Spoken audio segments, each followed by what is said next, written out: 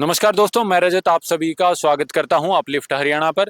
दोस्तों, आज की वीडियो आप सभी के लिए मोस्ट इंपॉर्टेंट रहने वाली है। इसके कुछ जरूरी पॉइंट है जो मैं इस वीडियो के अंदर डिस्कस करने वाला हूं। आप सभी को अवेयर करने वाला हूं कि अभी तक के 3 दिन का जो पीएसटी हुआ है आपका, उसमें लगभग 3000 कैंडिडेट्स ने पीएसटी दे चुके हैं।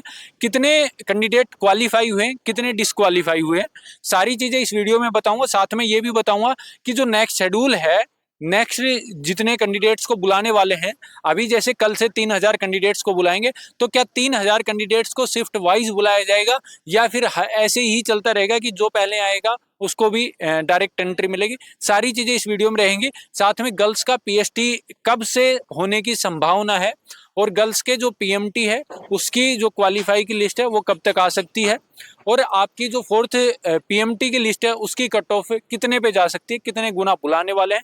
सारी चीजें आप वीडियो के अंत तक जरूर देख लेना, और अगर आप चैनल पर पहली बार आए तो चैनल को सब्सक्राइब जरूर कर लेना, क्योंकि यहाँ से जो भी बातें बताई जाती हैं आपको एकदम ऑथेंटिक और जेन्युइन रहती हैं। जिसमें मैं ये काम करता हूँ कि भाई जो खबर, जैसे फॉर एग्जांपल मेरे पास कोई खबर आ रही है तो मैं उसको पहले अपने लेवल पर चेक करता हूँ, क्या ऐसा होना संभव है या फिर ये सही है या गलत है। सारी चीज़ों का जब तक मेरे को क्लियर नहीं होता है तब तक मैं आपके सामने बातें नहीं लेके आता हूँ। तो चैनल को सब्सक्राइब करने का काम करें, वीडियो पसंद आती है तो वीडियो को लाइक भी जरूर करें। दोस्तों, जो कैंडिडेट सीटी मेंस या हरियाणा पुलिस के लिए डेडिकेटेड है, पढ़ना चाहता है, तो उनके लिए एक बहुत ज़रूरी इन्फॉर्मेशन है कि मेंटर 365 गुरुकुल है रेवाड़ी के अंदर खोरी गांव में। वहाँ पे रहने की, खाने की और पढ़ाई करने की, जैसे घर पे अगर कोई कैंडिडेट पढ़ाई नहीं कर पाता है, 2-3 घंटे ही पढ़ पाता है, तो वहाँ पर लगातार सौरभ यादव सर हैं, वो उनकी जो निगरानी में सारे कैंडिडेट पढ़ाई करते हैं। इवन किसी कैंडिडेट का अगर कोई सब्जेक्ट कम हो तो वो उस पर भी उसका फोकस बताते हैं कि कैसे इस सब्जेक्ट को ज़्यादा टाइम देना है, किस सब्जेक्ट को कम टाइम देना है। एकदम आप में ये मान के चलो 40 एकड़ के अंदर उन्होंने अपना गुरुकुल ओपन किया हुआ है, जिसके अंदर रहने खाने की और आपको हर फैसिलिटी मिलने वाली है। आपको एक चीज़ से दूर जरूर होना पड़ेगा, अपने फ़ोन से। जो आज के टाइम में ये हो रहा है कि भाई सभी जो भी कैंडिडेट होता है, लिया फ़ोन चलाया, स्क्रॉल की रील, 1-1.5 घंटा निकल गया। इसी वजह से आप एग्जाम से दूर होते हो। अगर आपको एग्जाम की तैयारी अच्छे से करनी है तो आप मेंटर 365 जरूर विजिट करें। स्क्रीन पे आपको नंबर भी दिखाई दे रहे होंगे, साथ में मैंने डिस्क्रिप्शन के अंदर भी कंप्लीट इन्फॉर्मेशन डाल दी है। आप कॉल करके उनसे पूछ भी सकते हो कि कैसी क्या वहाँ पे फैसिलिटी है, क्या वहाँ पे आपको मिलने वाला है। ठीक है दोस्तों, बाकी इसकी जो भी आपको इन्फॉर्मेशन चाहिए, बात करते हैं सबसे पहले कि जो अभी तक 3 दिन का जो कैंडिडेट्स का पीएचडी हुआ है उसके अंदर लगभग 3000 कैंडिडेट्स का पीएचडी कंडक्ट करवाया गया है। इसके अंदर सॉरी, एब्सेंट बताने वाला हूँ मैं आपको, एब्सेंट भी बता रहा हूँ कि एब्सेंट लगभग 200 से 250 कैंडिडेट इसके अंदर एब्सेंट हो चुके हैं, और 800 850 मतलब 830 के आसपास का क्राइटेरिया जो मेरे सामने आ रहा है निकल के कि इतने कैंडिडेट बाहर हुए हैं, डिसक्वालीफाई हुए हैं। जो कि हम डेली जैसे वीडियो बनाते हैं तो हमें भी ऐसा बहुत कम कैंडिडेट मिलते हैं कि सर हमने हमारी रेस 12 मिनट से ज़्यादा आई है या फिर कितना क्या टाइमिंग आया। तो वही है कि भाई बताने वाले कम होते हैं, लेकिन जो ग्राउंड लेवल पे जो रियलिटी है वो यही है कि लगभग 830 के समथिंग कैंडिडेट बाहर हुए हैं, डिसक्वालीफाई हुए, 250 अपसेंट हुए हैं। तो जो अपसेंट होने वाले हैं वो ये नहीं है कि जब अपसेंट्स को बुलाएंगे, और अपसेंट्स को बुलाने वाला भी एक बड़ा मुद्दा सामने आया है मेरे, कि अपसेंट्स को बुलाने वाला बुलाएंगे नहीं बुलाएंगे, इसको लेकर एक हमारे साथी हैं जिनके बैक पेन जो होता है टेल बोन के अंदर उनको इशू था। लगभग उनको 6 मंथ हो चुके थे। उनके पास बड़े बड़े हॉस्पिटल्स की समरी थी कि भाई मैं यहाँ से मेरा ट्रीटमेंट करवा रहा हूँ, तो मेरे को अपसेंट्स के साथ मौका दिया जाए, क्योंकि मेरी रिकवरी आने वाले 10 से 15 दिन में हो जाएगी, तो मेरे को अपसेंट्स के साथ मौका दिया जाए। अभी मैं एकदम क्वालिफाई करने के लायक नहीं हूँ, ना मेरी वो स्थिति है। तो हमारे चेयरमैन सर ने क्या कहा उनको, और उनके पीए ने क्या कहा, और उन्होंने अपने सबूत दिखाए तो उन्होंने क्या बोला। जब वो अपने सबूत लेकर, सबूत इन द सेंस कि वो अपने डॉक्यूमेंट्स लेकर, मेडिकल रिपोर्ट्स लेकर एचएसएससी ऑफिस जाते हैं, वो कैंडिडेट बताते हैं कि भाई मेरे ये इशू हो रहा है, तो हमारे जो हिम्मत सिंह जी सर हैं वो ये बोले कि ऐसे जो आप हमारे पास जो डॉक्यूमेंट्स लेके आ रहे हो, मेडिकल रिपोर्ट्स लेके आ रहे हो, ऐसे तो 500 रुपए में मैं 100-200 आप जितने बोलो वो करवा सकते हो। लेकिन आप ये समझो ना कि भाई उसकी या तो जांच की वो करवाई जाए, या फिर उस क्या उसने तो मतलब कि एक जो प्रशासन है उस पर भी उंगली उठाने का काम किया कि जो डॉक्टर्स हैं वो फर्जी हैं, जो एमएस एमडी जो बड़े बड़े डॉक्टर हैं उनको भी फर्जी बताने का काम किया इस माध्यम से। तो ये एक नेगेटिव इम्पैक्ट पड़ता है उस कैंडिडेट के ऊपर जो कि एक लंबे समय से मेहनत कर रहा है, और साथ में फिर उसको ये आता है कि भाई मैं बाहर हो रहा हूँ, मैं पीएचडी नहीं दे सकता। तो ये एक बहुत बड़ा मुद्दा है। चलो ठीक है भाई, आप मौका नहीं दे सकते, तो फिर उन्होंने उनके पीए से बातचीत की कि सर मेरे को बहुत ज़रूरी है, ये मैं 10-15 दिन के रेस्ट के बाद भी अपना पीएचडी दे सकता हूँ।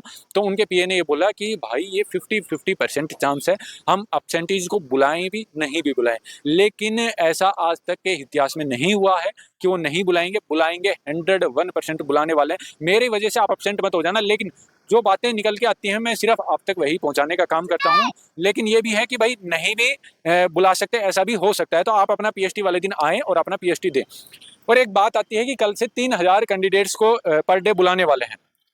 तो जब 3000 कैंडिडेट्स को बुलाएंगे तो मेरी अभी थोड़ी देर पहले ही यहाँ के कुछ प्रशासन जैसे ड्यूटी लग रही है, तो ऐसे ही कोई साथी की ड्यूटी लग रही थी, तो उन्होंने उनसे मैंने पूछा कि क्या कल से 3-3 हज़ार कैंडिडेट्स, आज तक 1000 कैंडिडेट आ रहे थे, इसलिए जो मतलब एक गैदरिंग है वो कम हो रही थी, इसकी वजह से यहाँ पे भीड़ का सामना नहीं करना पड़ रहा था, तो क्या कल से शिफ्ट वाइज ही एंट्री होगी या फिर कैसे क्या होने वाला है? तो उन्होंने मेरे से यही बोला है कि जितने कैंडिडेट शुरू में जो स्टार्टिंग है, अगर ज़्यादा गैदरिंग होती है तो थोड़ा सा टाइम लग जाएगा, अदरवाइज ऐसे ही होने वाला है कि पहले आओ पहले पाओ। तो मैं आप सभी से बोलूँगा, किसी का थर्ड शिफ्ट, सेकेंड या फोर्थ में है, मैं 3 दिन से नोटिस कर रहा हूँ, यहाँ पे 7 बजे मैदान खाली हो जाता है, 6:30-7 बजे मैदान खाली हो जाता है। तो आप अपना टाइम से आने की कोशिश करें, जिससे ये होगा कि अगर थोड़ी बहुत भीड़ भी होगी तो आपको मैक्स टू मैक्स 30 मिनट का वेट करना पड़ेगा। और एक जब आप रेस लगाते हो ना, तो वहाँ पे एंट्री बायोमेट्रिक करते हैं, बायोमेट्रिक के बाद आपको टाइम कितना मिलता है, आप 2-4 सेकंड आप वार्म अप करो, आपको पानी पीना पानी पियो और डायरेक्ट आप रेस के लिए निकल जाते हो। तो वहाँ पे आपको टाइम नहीं लगता है, अंदर आपको 12 मिनट का टाइम मिलता है, आप रेस लगाओ। कुछ कैंडिडेट 10 मिनट में लगा देते हैं, तो वो आप 10 मिनट रेस लगाने के लगो, 5 मिनट बायोमेट्रिक के, और 5 वो जब वापस आते हैं तब दोबारा बायोमेट्रिक होती है, चिप उनकी खुलती है, तो वो लगाइए। मैक्स टू मैक्स 20-21 मिनट के अंदर कैंडिडेट बाहर आ रहे हैं, तो आपको अंदर जाने में कल भी समय नहीं लगने वाला, आपको कोई दिक्कत नहीं होगी। और एक चीज़ सबसे बढ़िया है, आप जब रेस लगाते हो, तो मैं इतने कैंडिडेट से मिल रहा हूँ कि सभी एक ही बात कह रहे हैं कि भाई आप एक काम करो कि जब आप रेस स्टार्टिंग करो और अपना लगभग 2000 मीटर तक सेम पेस के अंदर रखो, आखिरी के जो 500 मीटर हैं उसके अंदर आप अपना एक्सट्रीम लेवल निकाल दो, एक्सट्रीम लेवल दिखा दो सॉरी एक्सट्रीम लेवल दिखा दो, जिसके बाद आपको खुद के ऊपर रिग्रेट ना हो कि मैं डिस्क्वालीफाई हो गया, मैं बाहर हो गया। एक जो कैंडिडेट बाहर हो रहे हैं उनकी सबसे बड़ी समस्या यही है कि वो कैंडिडेट बीच के अंदर रुक रहे हैं, मतलब एक चलते चलते रुक रहे हैं। एक और क्वेश्चन आ रहा था कि ऐसा तो नहीं है कि हम रेस लगा रहे हैं और बीच में रुक गए और दोबारा भागने लगे तो क्या हमें डिस्क्वालीफाई कर दिया जाएगा? ऐसा नहीं है। अगर आप जैसे लगातार रेस लगा रहे हो और बीच में आपका रुकने का मन करता है, फिर से आप भागने का करता है, अगर आप 12 मिनट से 11:59 में भी आ रहे हो तो भी आपको क्वालीफाई ही माना जाएगा, आपको डिस्क्वालीफाई नहीं माना जाएगा। ठीक है, ये कोई क्वेरी बहुत ज़्यादा आ रही थी पिछले 2-3 दिन से, तो वो भी क्लियर हो गई है। और बात आती है गर्ल्स के जो पीएचडी है, गर्ल्स के पीएचडी स्टार्टिंग होने की संभावना है 6 जुलाई से। 6 जुलाई से आप नोट कर लो, लगभग जैसा मैंने इसमें बताया था 1 वीक पहले ही स्टार्ट हो गया, लेकिन अब की बार तो एकदम पुख्ता खबर आ रही है, क्योंकि जब 3-3 हज़ार कैंडिडेट्स को बुलाएंगे, या फिर जैसे ये है कि नेक्स्ट जो 3-3 हज़ार को बुला रहे हैं 2 दिन, फिर शायद ये 5-5 हज़ार कैंडिडेट्स की आज शाम को या कल मॉर्निंग में जो आने वाले 5 से 7 दिन होंगे उनकी जो पीएचडी की लिस्ट है कि किन किन किस रोल नंबर से किस तक की लिस्ट जारी होने वाली है, आने वाले आज या कल तक लास्ट हो जाएगी पीएचडी की लिस्ट जारी। फिर मैं आपको नेक्स्ट वीडियो में बताऊंगा। और एब्सेंट की बात हो गई है, पीएचडी कितने बाहर हो रहे हैं, कितने बाहर हो रहे हैं मैंने बता दिया है आपको, लगभग 850 करीब बाहर हो रहे हैं, 200-250 कैंडिडेट हैं जो एब्सेंट हो रहे हैं। ठीक है, फोर्थ लिस्ट आने की संभावना 101% है, और फोर्थ लिस्ट की जो कट ऑफ है वो मैं आपको बता देता हूं कि कितने कितने पर जाएगी। आप अपनी अपनी कैटेगरी के हिसाब से अपना देख सकते हैं कि कितने कितने पर जाने की संभावना है। जो कट ऑफ है वो जनरल की तो सेम रहेगी, जनरल की से नीचे नहीं जाएगी। एक मुद्दा और है कि मान लो आप जनरल के कैंडिडेट्स जैसे कि अभी 15% ही पास हैं, 15% कैंडिडेट अभी जो पीएमटी हुआ उसके अंदर पास हैं, और अभी आप मान के चलो 9 गुना या 8 गुना ही पास होते हैं पीएचडी के अंदर, तो फिर क्या होगा कि जो बाकी के जो जर्नल के जो कैंडिडेट्स हैं जैसे कि वो 8 या 9 गुना कैंडिडेट पास होते हैं, क्योंकि कुछ बाहर भी हो रहे हैं, 15 गुना पहले भी नहीं थे। और फिर क्या जर्नल की जो कैटेगरी, जो जनरल कैटेगरी है उसकी जगह ईडब्ल्यूएस वाले कैंडिडेट्स को क्या मौका मिलेगा? ऐसा या तो क्लियर करना चाहिए सरकार को, एचएसएससी आयोग को क्लियर करना चाहिए, क्योंकि जब जनरल के कैंडिडेट पूरे नहीं हो रहे तो आप किस हिसाब से भर्ती को आगे प्रक्रिया को ले जा सकते हैं। एक और चीज थी कि पिटिशनर्स का पीएचडी पीएमटी कब होने वाला है।